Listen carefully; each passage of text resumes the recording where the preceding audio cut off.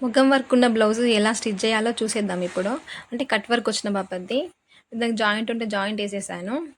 ఇప్పుడు మనం అది నెక్ చాలా వెడల్పు ఇస్తారు కదా మగ్గం వర్క్‌కి. మెజర్‌మెంట్ చూసుకొని ఎంత పెట్టాలనో అంత దాన్ని కొంచెం ఫోల్డ్ చేసుకొని అట్లా ఒక ఖర్చులాగా ఇచ్చేసుకొని కుట్టేస్తే సరిపోద్ది. తర్వాత దాని పైన లైనింగ్ క్లాత్ వేసి మనం ఉల్టా తీస్తాం కదా! సో, నేను ఒక రౌండ్‌గా ఒక నెక్ చుట్టూ ఒక స్టిచ్ అయితే వేసేసాను.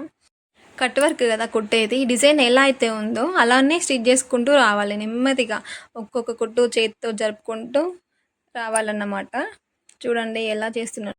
ఇలా చిన్న చిన్న కట్ వర్క్ వచ్చిన వాటికి మన కుట్టు ఎంత చాలా 1.5 అట్లా పెట్టుకుంటే దగ్గర దగ్గర వస్తది.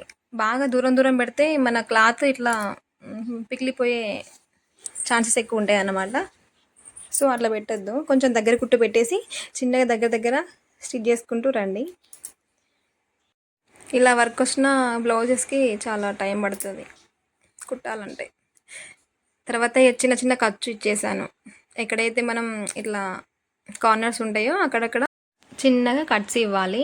అలాగే ఏదన్నా మీ దగ్గర ఇట్లా స్క్రూ డ్రైవర్ లాంటివి ఏమన్నా ఉంటే దాంతోని వర్క్ బ్లౌజ్ ఏ షేప్ అయితే ఉన్నాయో అట్లా కొంచెం బయటికి అంటే ఇక లోపటి నుంచి మనం ఇట్లా షార్ప్గా కొంచెం పుష్ చేసినట్టయితే బయటకు వచ్చేస్తుంది అది. సో, ఇదన్నమాట. ఇలానే టోటల్ నెక్ చుట్టూ అలానే చేసేయాలి. చూడండి ఎలా నీట్ ఫినిషింగ్ ఉంటుంది. వీడియో ఫస్ట్ టైం చూస్తున్నట్లయితే సబ్స్క్రైబ్ చేసుకోండి. ప్లీజ్ ఒక లైక్ ఇచ్చిపోండి. ఓకే మరి ఉంటా.